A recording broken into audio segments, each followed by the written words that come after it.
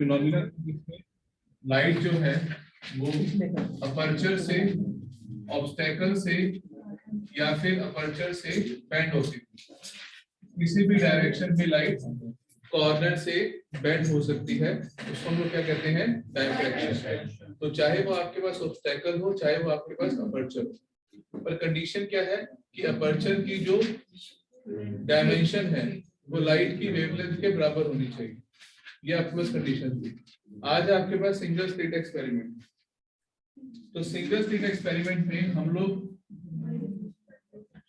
Diffraction को study करेंगे और डायफ्रैक्शन प्लस इंटरफेरेंस दोनों इस चीजें इसके अंदर स्टडी करेंगे।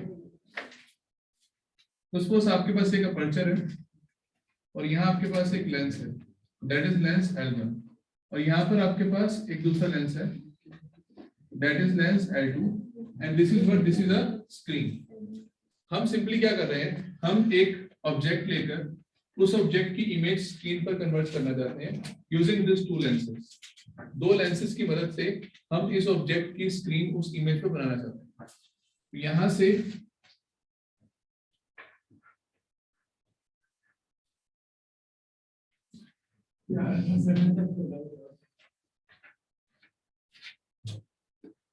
तो यहां पर आपके पास ये अपर्चर है,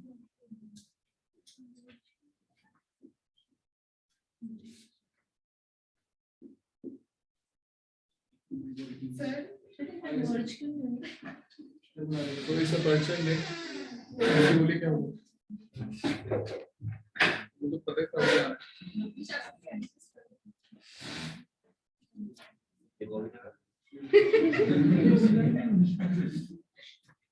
आप इधर आ जाओ विशाखा, फर्स्ट बेंच पे आ रहे हैं, इधर आ जाओ। हाँ पढ़ो।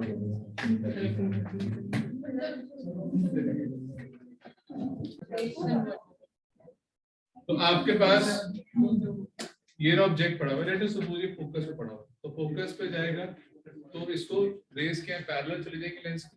ये ऑब्जेक्ट पड़ा हुआ है फोकस पे और रेस जो है वो पैरेलल हो जाती है, ठीक है। उसके बाद ये लेंस क्या करता है, ये लेंस इन रेस को दोबारा कन्वर्ट कर देता है स्क्रीन पर। तो जहां पर ये ऑब्जेक्ट, ये सोर्स की जो इमेज स्क्रीन के ऊपर लेट अस से O पॉइंट पर कन्वर्ट हो रही है, O पॉइंट पर इसकी इमेज कन्वर्ट हो रही है, तो इसकी इमेज यहाँ पर बन रही है आपके पास इस O पॉइंट के ऊपर सोर्स की, using this to lenses. Diffraction क्या था, डायफ्रैक्शन था कि अगर कोई भी ऑब्स्टेकल पड़ा हुआ है, ये सोर्स ऑफ लाइट है, ये स्क्रीन है, लाइट का जो नेचुरल स्ट्रेट लाइन पाथ होता है, पर लाइट जो है जैसे ये स्ट्रेट लाइन पाथ है, ये इसका और ये एक ऑब्स्टेकल है और ऑब्स्टेकल की शैडो है, ये सारी की सारी शैडो है, यानी आप पूरा आपके पास डार्क आपके पास ये ऑब्स्टेकल है, मैं लोग उठा के फेंक दूंगा बाहर, ठीक है।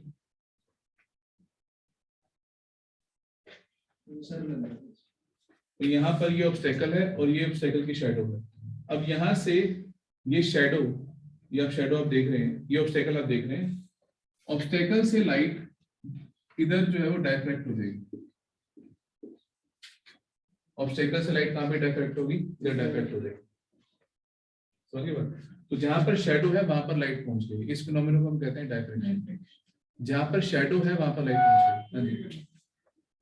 ये ऑब्स्टेकल, ये रहा सोर्स, ये लाइट इस सोर्स से आ रही है, स्ट्रेट लाइन में जा रही है, ये ऑब्स्टेकल की शैडो है सारी की सारी, ये शैडो, ये ऑब्स्टेकल की परछाई है।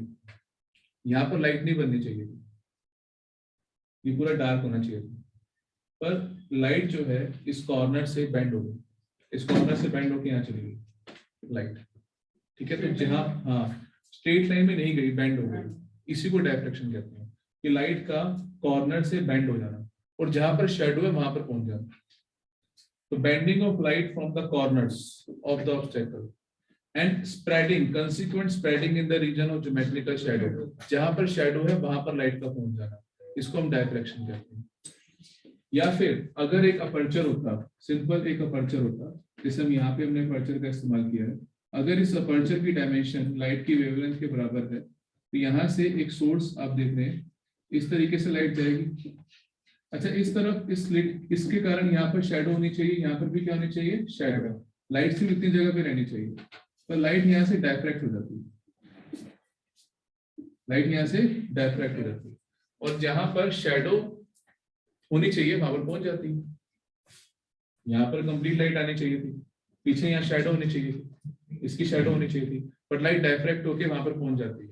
इस फिनोमेना को हम क्या कहते हैं? That is called diffraction. अब इस डायफ्रैक्शन को हमने इस एक्सपेरिमेंट में स्टडी किया। यहाँ पर लाइट कहां से डायफ्रैक्ट होगी? इस अपर्चर से, इस अपर्चर से। तो लेट अस से this is S1, this is S2। यहाँ से जो लाइट है वो बेंड होगी इन अपर्चर से, स्ट्रेट लाइन में जा रही है, O पॉइंट पे कन्वर्ज होगी, पर लाइट यहाँ से बेंड होगी। और सपोज करो वो बेंड होकर आपके पास यहाँ पे कन्वर्ट होती है, इस पॉइंट पर, P पॉइंट पर। लाइट जो है वो बेंड होकर आपके पास P पॉइंट पे कन्वर्ट होती है, अपर्चर से करंट बेंड होकर P पॉइंट पे कन्वर्ट होती है। तो जो P पॉइंट पे कन्वर्ट हो रही है वहां पर भी कुछ इमेज बनेगी। This is diffraction. इस सोर्स की इमेज यहाँ भी बन रही है और यहाँ भी बन रही है, किसी और पॉइंट भी बन सकती है, मल्टीपल पॉइंट्स पे इमेज बन सकती है, भले उनकी इंटेंसिटी बराबर ना हो, भले उनकी इंटेंसिटी बराबर ना हो। यानी एक सोर्स की बहुत सारी इमेजेस बनना, यहाँ पर भी इमेज, यहाँ पर भी, यहाँ पर भी। This is because of diffraction.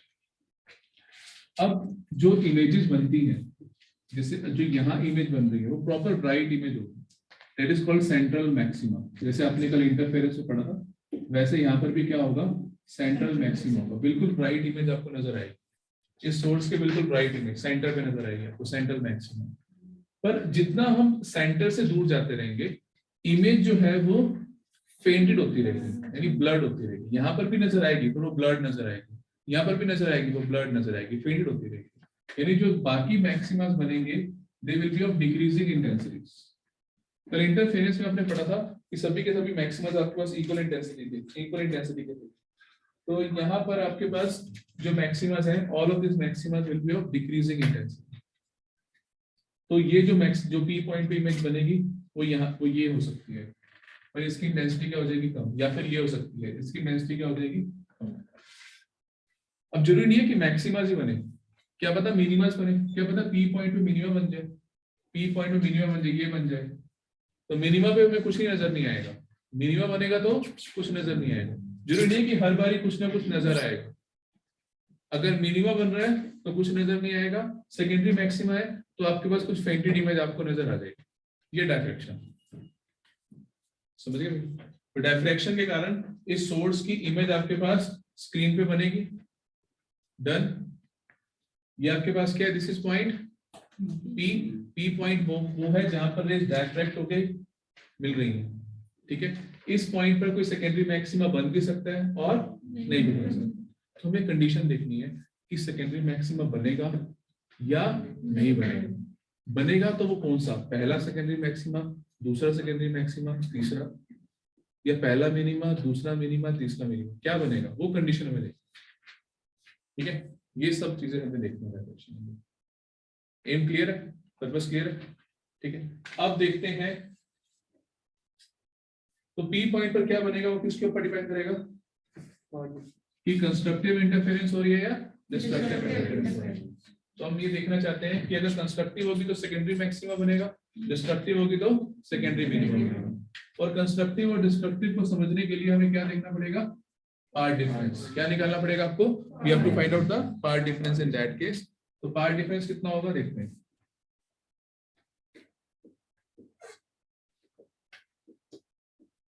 Part difference कितना होता है?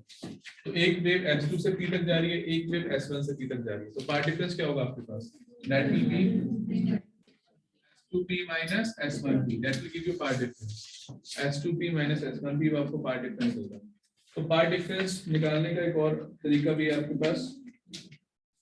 अब क्या करो, जैसे YDSC में तो आपने कल ज्योमेट्री सॉल्व की थी पूरी, इसमें इतना मुश्किल नहीं है पार्ट डिफरेंस निकालना। आपको एक छोटे से बड़े के ऊपर एक परपेंडिकुलर ड्रॉ करना पड़ेगा। सिंपली ये करना, आपने एक परपेंडिकुलर ड्रॉ करना है यहाँ से यहाँ पर। जैसे आप परपेंडिकुलर ड्रॉ करेंगे S1P, और ये जो पॉइंट आप देख रहे हैं this is point M, let us से N, ये पॉइंट N आप अज्यूम कर लीजिए उसको, ये N पॉइंट आप अज्यूम कर लीजिए। S1P और NP ये दोनों बराबर हो जाएंगे। जैसे ही आप यहाँ से यहाँ परपेंडिकुलर ड्रॉ करेंगे S1P और NP क्या है, बराबर हो जाएंगे, ये इक्वेट हो जाएंगे। हमें क्या निकालना है, पार्ट डिफरेंस। तो जो एक्स्ट्रा ये S2N देख रहे हैं, this is a path difference. S2N क्या है आपके पास, पार्ट डिफरेंस। S2N आपके पास पार्ट डिफरेंस है, ये पार्ट डिफरेंस आपके पास। क्या किया आपने, एक वेव यहाँ से जा रही है, एक वेव यहाँ से जा रही है, दोनों हो गई इक्वेट, और जो एक्स्ट्रा ये क्या आपके पास, this is a path difference. तो इसको निकालना आसान हो गया, S2N आ गया बस, यानी पार्ट डिफरेंस इज S2N। क्या करा पार्ट डिफरेंस निकालने के लिए मैंने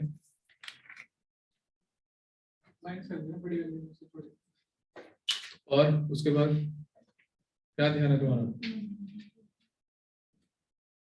अर्षित क्या किया मैंने पार्ट डिफरेंस निकालने के लिए, ओके हाँ हर्ष क्या किया मैं क्या किया, परपेंडिकुलर ड्रॉ किया, परपेंडिकुलर ड्रॉ किया मैंने S1 से N पर, S1 से N पर परपेंडिकुलर ड्रॉ किया। जैसे परपेंडिकुलर ड्रॉ किए कि दोनों लाइंस इक्वेट हो गई है, कौन सी, S1P is equal to NP। Perpendicular draw करने से S1P NP दोनों इक्वेट हो गए हैं, और जो S2N है ये एक्स्ट्रा पाथ है, this is extra path, this is a path difference. ठीक है, तो क्या किए पार्ट डिफरेंस निकालने के लिए, परपेंडिकुलर ड्रॉ किया S1 से पॉइंट N तक। S1 से पॉइंट N तक परपेंडिकुलर ड्रॉ किए, S2N is a path difference. अब ये पार्ट डिफरेंस निकालने के लिए आपको ज्योमेट्री सॉल्व करनी पड़ेगी। ये ट्रायंगल सॉल्व, इस ट्रायंगल में आपको S2N निकालना है। S1 S2 मैंने क्या सपोज कर लिया, this is small d। S1 S2 suppose कर लिया मैंने स्मॉल d, तो मुझे यहाँ पर क्या निकालना है, S2N। S2N is the path difference. हाँ हाँ पहले बातें कर ले नहीं, जो तो उससे पहले बातें कर रहा था।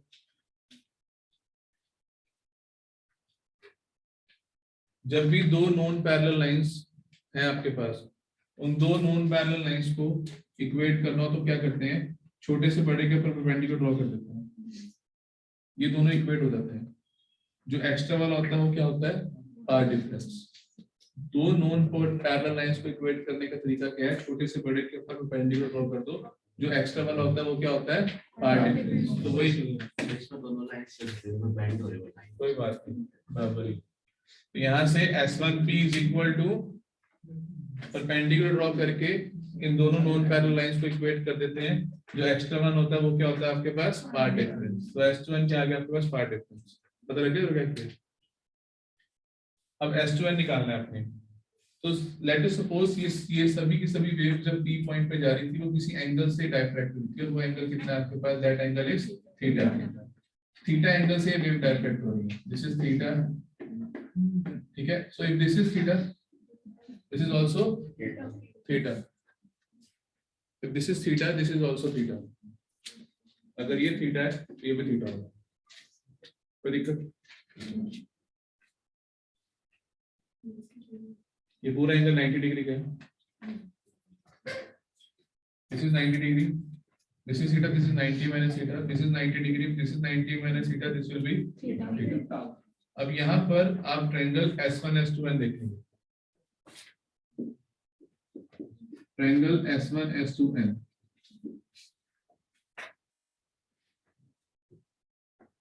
इस ट्रायंगल में आपको S2N निकालना,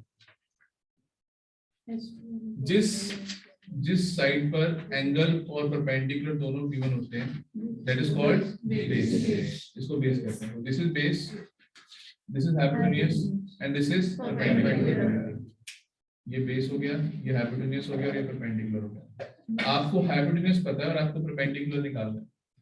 यहाँ से देखिए भाई, जहां पर 90 डिग्री और थीटा एंगल होता है ना, वो बेस होता है ट्रायंगल का। तो ये बेस है, ये परपेंडिकुलर हो गया और ये आपका हाइपोटेन्यूज हो गया। आपको परपेंडिकुलर निकालना है, हाइपोटेन्यूज पता है। परपेंडिकुलर और हाइपोटेन्यूज में क्या रिलेशन होता है, साइन थीटा। कितना होगा क्वेश्चन साइन थीटा इसमें,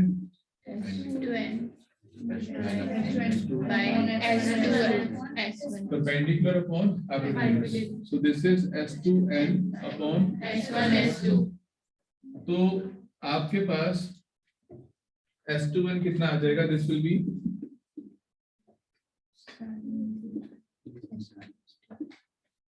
S1 S2 sin theta, S1 S2 को मैं स्मॉल d लेट कर लिया, तो S2n कितना आ गया, that will be d sin theta, तो पार्ट डिफरेंस आ गया d sin थीटा।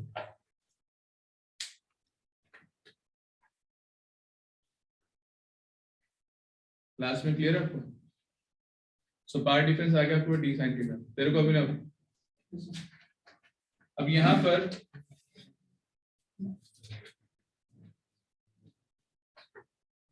अब जो स्टेप है आपका, आपको पार्ट डिफरेंस, जैसे आपने कंस्ट्रक्टिव इंटरफेरेंस में किया था, आपने डायरेक्टली पार्ट डिफरेंस किसके बराबर रख दिया था, n लैम्डा के बराबर रख दिया। अब यहाँ पर ऐसा नहीं करना है, यहाँ पर आपने पार्ट डिफरेंस को एज्यूम करना है।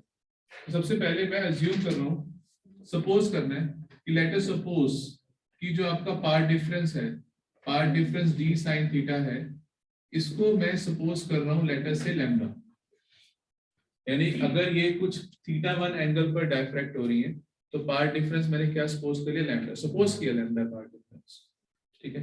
तो इसके बाद हमें ये कहना है कि आपके पास दो पॉइंट्स हैं, एक S1 है एक S2 है, इन दोनों पॉइंट से वेव जब P पॉइंट पर जा रही है, एक वेव यहां से जा रही है, एक वेव यहां से जा रही है, इन दोनों वेव्स के बीच में लैम्डा का पार्ट डिफरेंस है, इन दोनों वेव्स के बीच में लैम्डा का पार्ट डिफरेंस है।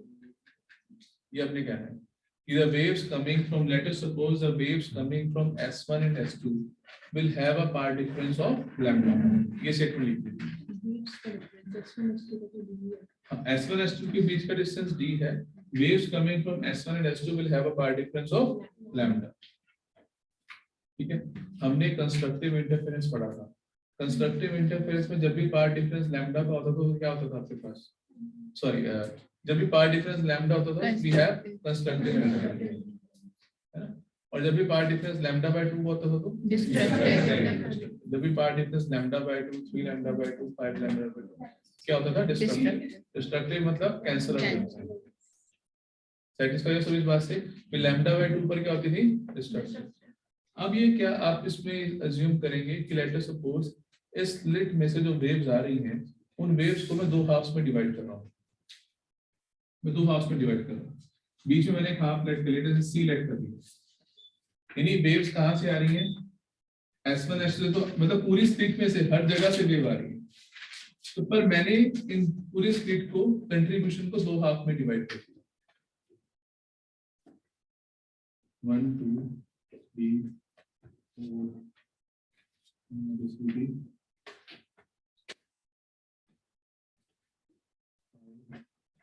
6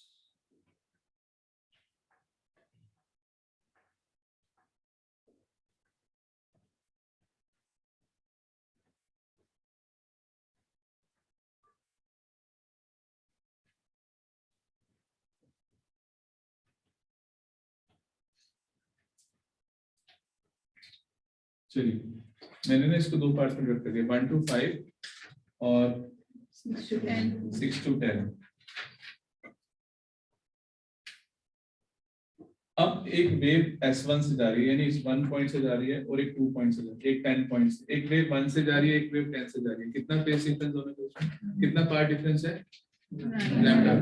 मैंने पूरी स्लिट को ना कुछ पॉइंट्स में डिवाइड कर दिया, ये विजिबल है आपको पॉइंट्स और बड़े पॉइंट्स, तो 1 और 10 से जो वेव्स जा रही है उनमें कितना पार्ट डिफरेंस है, लैम्डा।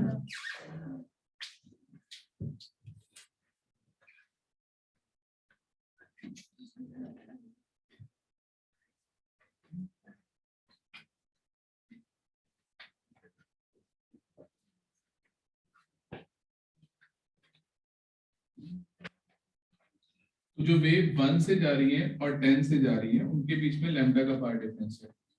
मैंने इसको स्लिट को दो हाफ में डिवाइड कर दिया, मैं कह रहा हूँ एक वेव 1 से जा रही है और एक वेव 6 से जा रही है, इनके बीच में कितना पार्ट डिफरेंस होगा, अगर एक वेव 1 से जा रही है और 10 से जा रही है तो पार्ट डिफरेंस है लैम्डा का, पर अगर मैं स्लिट के दो हिस्से कर दूं तो अगर एक वेव 1 से जाएगी और एक वेव 6 से जाएगी, उनके बीच में जो पार्ट डिफरेंस होगा वो लैम्डा बाय 2। स्लिट को डिवाइड करने से पार्ट डिफरेंस भी डिवाइड हो जाएगा, तो स्लिट अगर दो पार्ट्स में डिवाइड हो जाएगी तो पार्ट डिफरेंस भी डिवाइड हो जाएगा, वो कितना हो जाएगा, लैम्डा बाय 2। यानी जो वेव्स 1 से जा रही है और 6 से जा रही है उनके बीच में लैम्डा बाय 2 का पार्ट डिफरेंस है। लैम्डा बाय 2 यानी व्हाट, डिस्ट्रक्टिव इंटरफेरेंस। यानी जो वेव 1 से जा रही है उसको ये 6 वाली वेव क्या कर देगी, कैंसिल।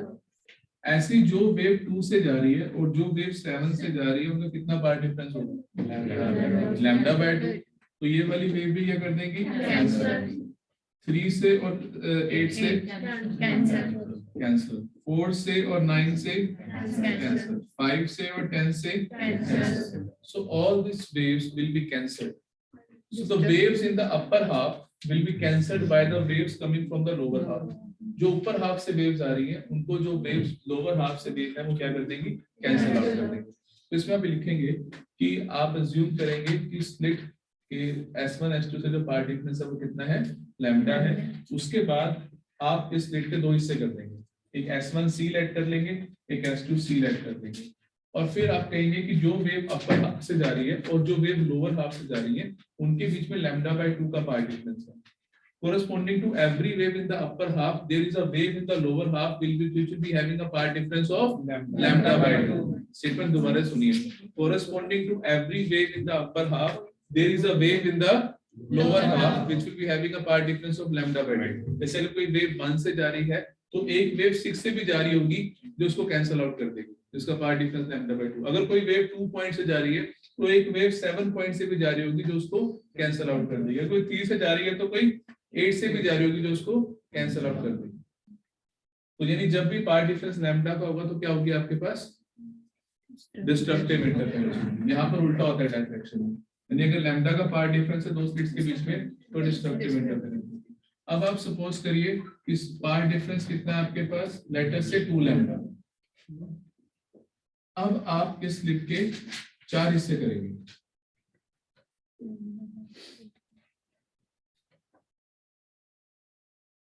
तो ये आपने इसके 4 हिस्से कर लेंगे।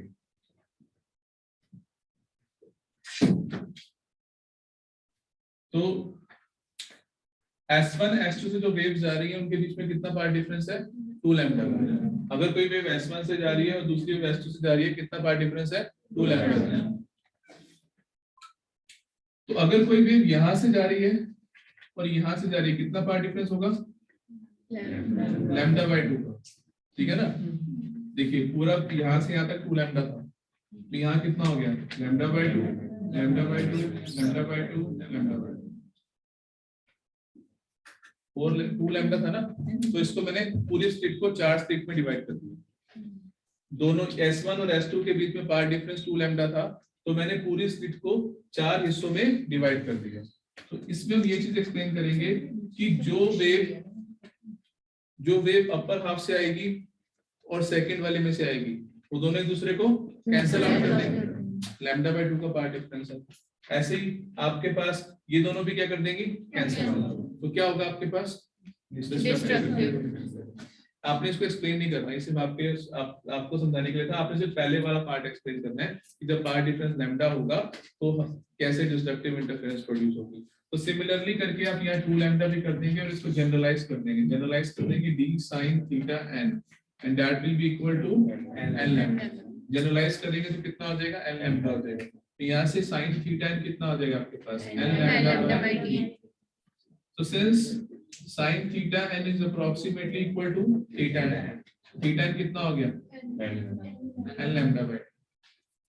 तो ये थीटा n क्या रिप्रेजेंट करता है, थीटा n कहता है कि अगर लाइट इतने एंगल से डायफ्रैक्ट होगी, इतने एंगल से डायफ्रैक्ट होगी, तो इस P पॉइंट पर हमें सिर्फ मिनिमा नजर आएगा। क्या नजर आएगा, डार्कनेस, मिनिमा।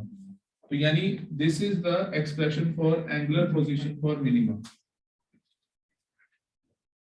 एंगुलर सेपरेशन यानी कितने एंगल पर जाएगी तो क्या बनेगा आपके पास, मिनिमा फॉर्मेशन होगा, एंगुलर सेपरेशन फॉर मिनिमा। तो कितने कितने एंगल्स पर मिनिमा बनेगा, lambda by D, 2 lambda bye D, 3 lambda by D. तो इन सभी एंगल्स पर अगर लाइट रिफ्लेक्ट होगी तो आपके पास क्या फॉर्मेशन आएगा, आपके पास मिनिमा बनेगा, एंगुलर सेपरेशन फॉर मिनिमा। अब नेक्स्ट पार्ट डिफरेंस हम सपोज करते हैं यहाँ पर कि डी सपोज करेंगे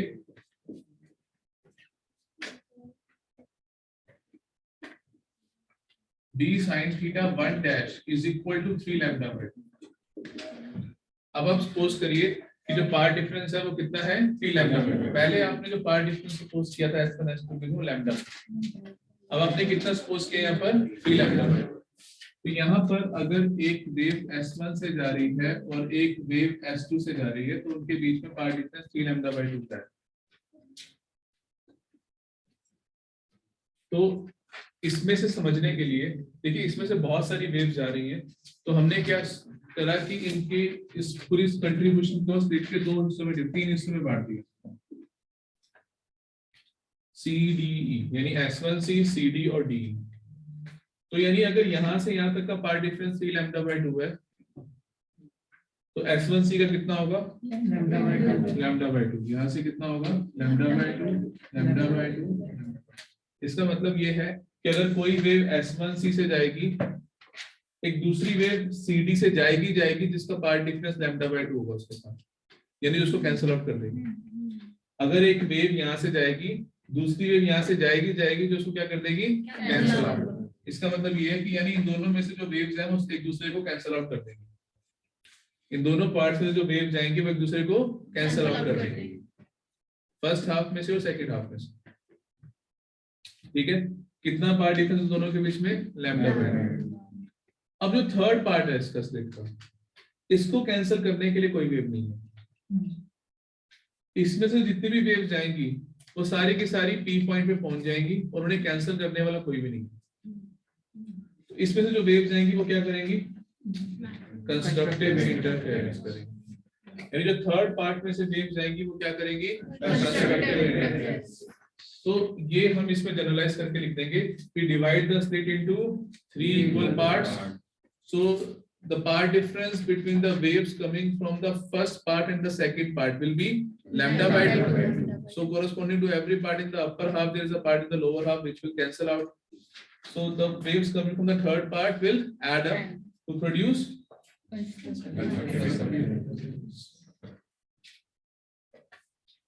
ठीक है जी, पक्का। ऐसे ही आपके पास हो जाएगा अगर पार्ट डिफरेंस कितना होगा आपके पास 5 लैम्डा बाय 2, अगर 5 लैम्डा बाय 2 तो भी हो जाएगा। जनरलाइज करेंगे तो कितना हो जाएगा आपके पास d sin theta n dash is equal to n plus 1 by 2 into lambda. Generalise कर देंगे तो sin थीटा n डैश कितना हो जाएगा n plus 1 by 2 lambda by d। Theta n dash कितना हो जाएगा आपके पास approximately n plus 1 by 2 lambda by. तो अगर आपको this is the angular separation for maximum.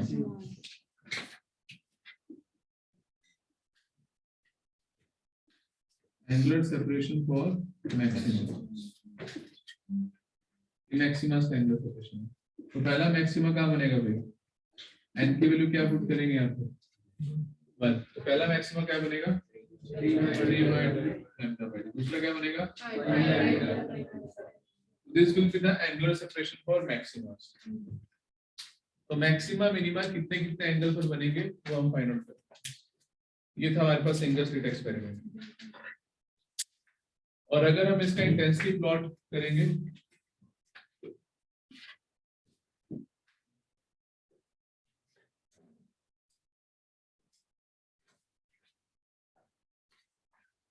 तो जो पहला मिनिमा आता है कितने एंगल पर आता है पहला minima,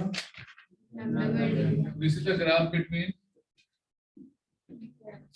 intensity and angular separation. तो पहला क्या बनेगा लैम्डा बाय 2, दूसरा क्या बनेगा 2 लैम्डा बाय 2, पहला मैक्सिमा का बनेगा 3 लैम्डा बाय 2। इस तरीके से लैम्डा बाय डी फिर 2 लैम्डा बाय डी और पहला सेकेंडरी मैक्सिमा का बनेगा आपके पास 3 लैम्डा बाय 2d।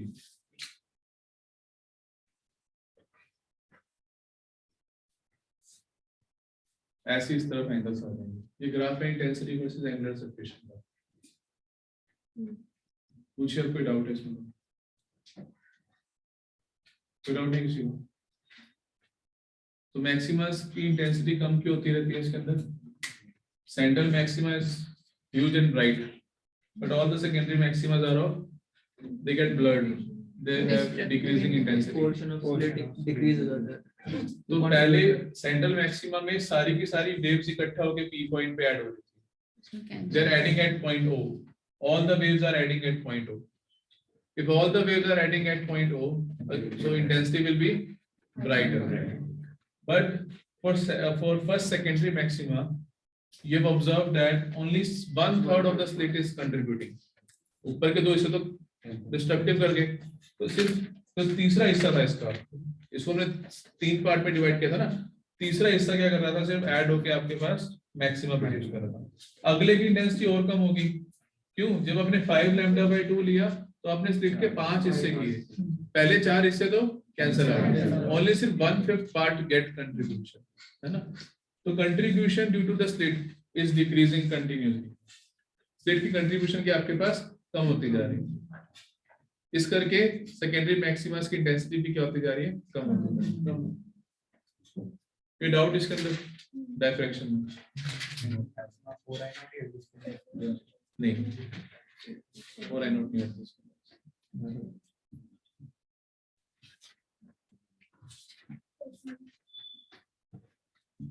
क्लियर है?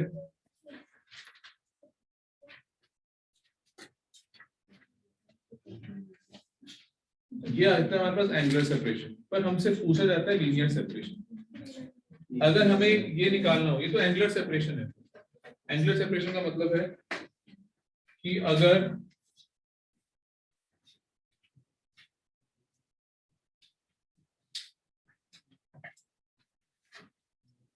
ये आपके पास है central maxima and all these are secondary maximums, तो अभी हमें क्या मिला, अभी हमें सिर्फ एंगल मिला कि लाइट अगर इतने एंगल पे डायफ्रैक्ट होगी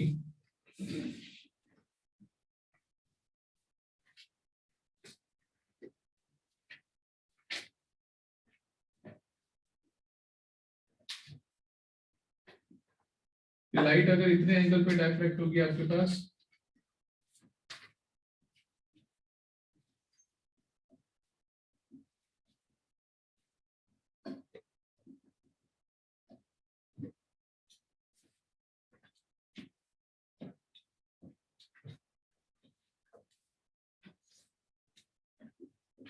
एंगल्स मिलेंगे, तो इतने एंगल पे डायफ्रैक्ट हो रही है light, that angle is λ/d। अगर थीटा λ/d के बराबर है, इतने एंगल पे डायफ्रैक्ट हो रही है, तो क्या बन रहा है यहाँ पर, we have first minimum। इतने एंगल पे डायफ्रैक्ट हो रही है, we have first minimum, ठीक है, हमें सिर्फ ये मिला। अगर पहला सेकेंडरी मैक्सिमा देखना तो कितने एंगल पे डायफ्रैक्ट होना पड़ेगा, ठीक है ना, this is the first secondary maxima, ये फर्स्ट सेकेंडरी मैक्सिमा है, तो उसके लिए कितना एंगल होना चाहिए, दैट शुड बी 3 λ/2d। तो अभी हमने क्या निकाला है, सिर्फ एंगल कि कितने एंगल पे डायफ्रैक्ट होगी। अगर आपने दूसरा सेकेंडरी मैक्सिमा देखना है तो कितना एंगल होना चाहिए, दैट शुड बी, ये दूसरा मिनिमम है, दूसरा मिनिमम कितना होना चाहिए, 2 λ/, इस तरीके से।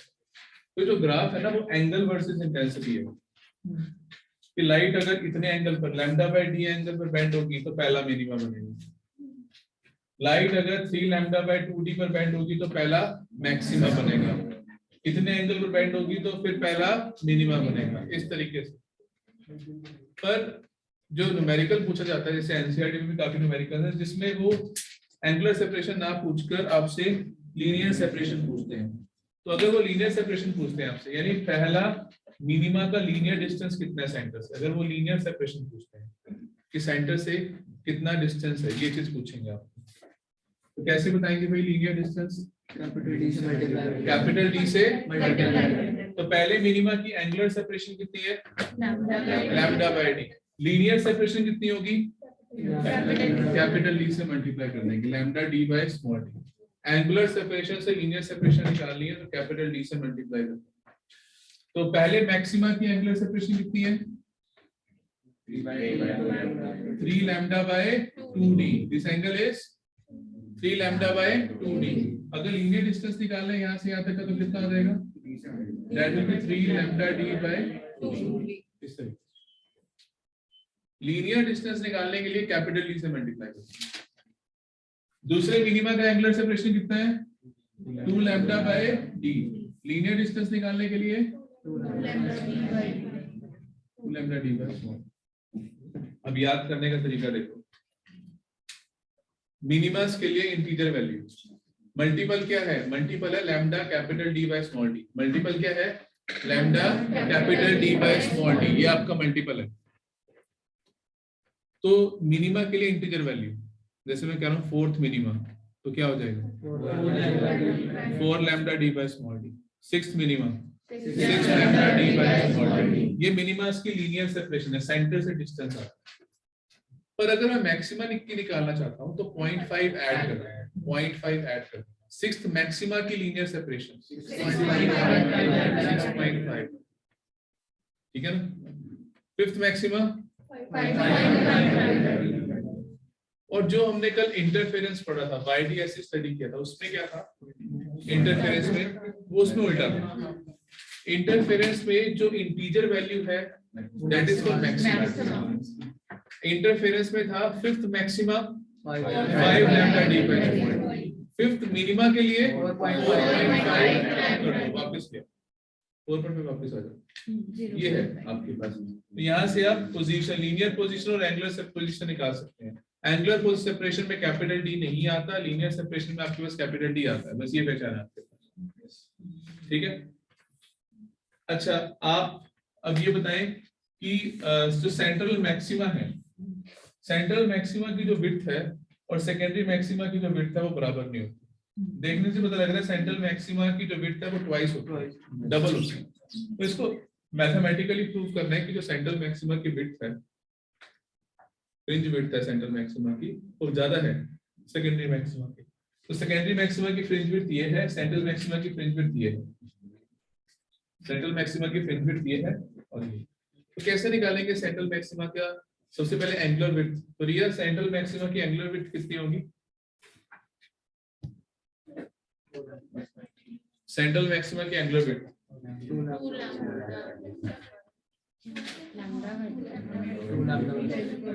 रिया कैसे?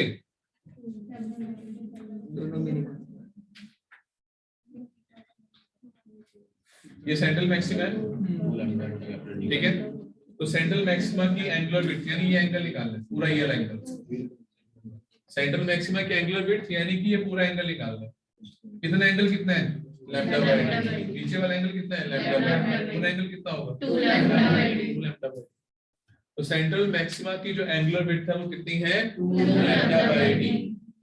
The angular width of central maxima is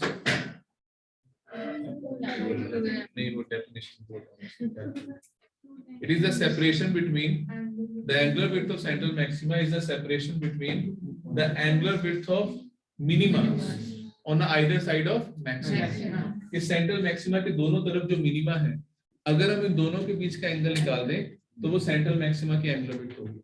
तो सेंट्रल मैक्सिमा की एंगुलर विड्थ क्या है? दोनों मिनिमास के बीच का एंगल, जो कि कितना हो जाएगा? 2 lambda bye D. So angular width of central maxima is the angular separation between the two minimas on either side of the maximum.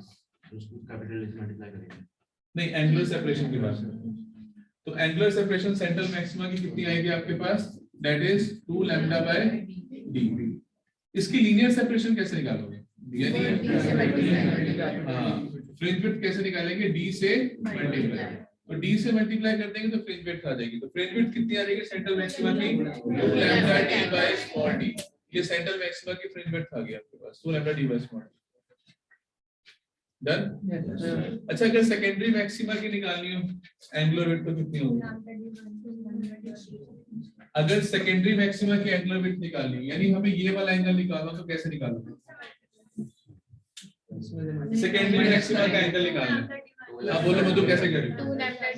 एक मिनट ये एंगल निकालना है सेकेंडरी मैक्सिमा का, कितना होगा ये एंगल?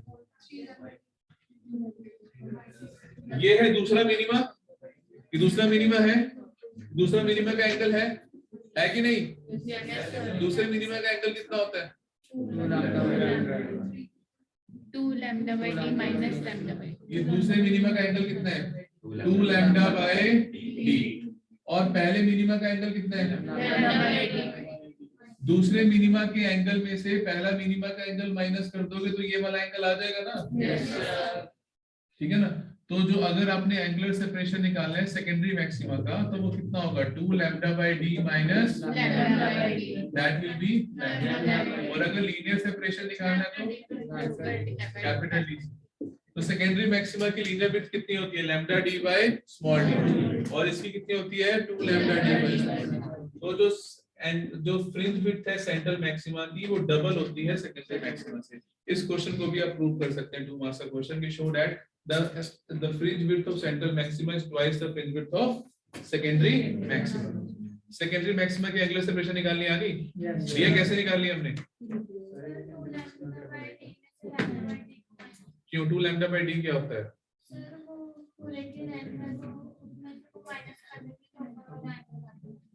2 लैम्डा बाय डी क्या है?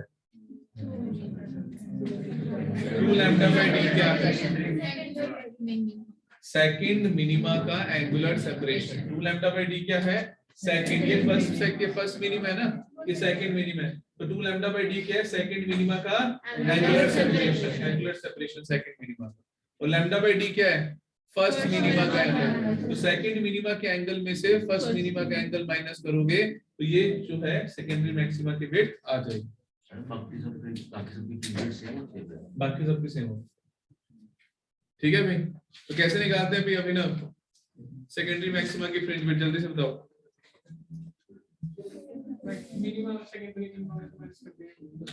So angular width of secondary maxima is the angular separation between two consecutive minima. Angular width of secondary maxima is the angular separation between two consecutive minima. दो consecutive minima के angular separation निकाल देंगे तो आपके पास आ जाएगा। Done? Yes, sir. So this was the diffraction. Diffraction के experiment में ये दो रिजल्ट आपने ध्यान रखना है। अब डाउट है इसमें हमारे पास नेक्स्ट आता है फ्रेसनल डिस्टेंस। Yes, sir.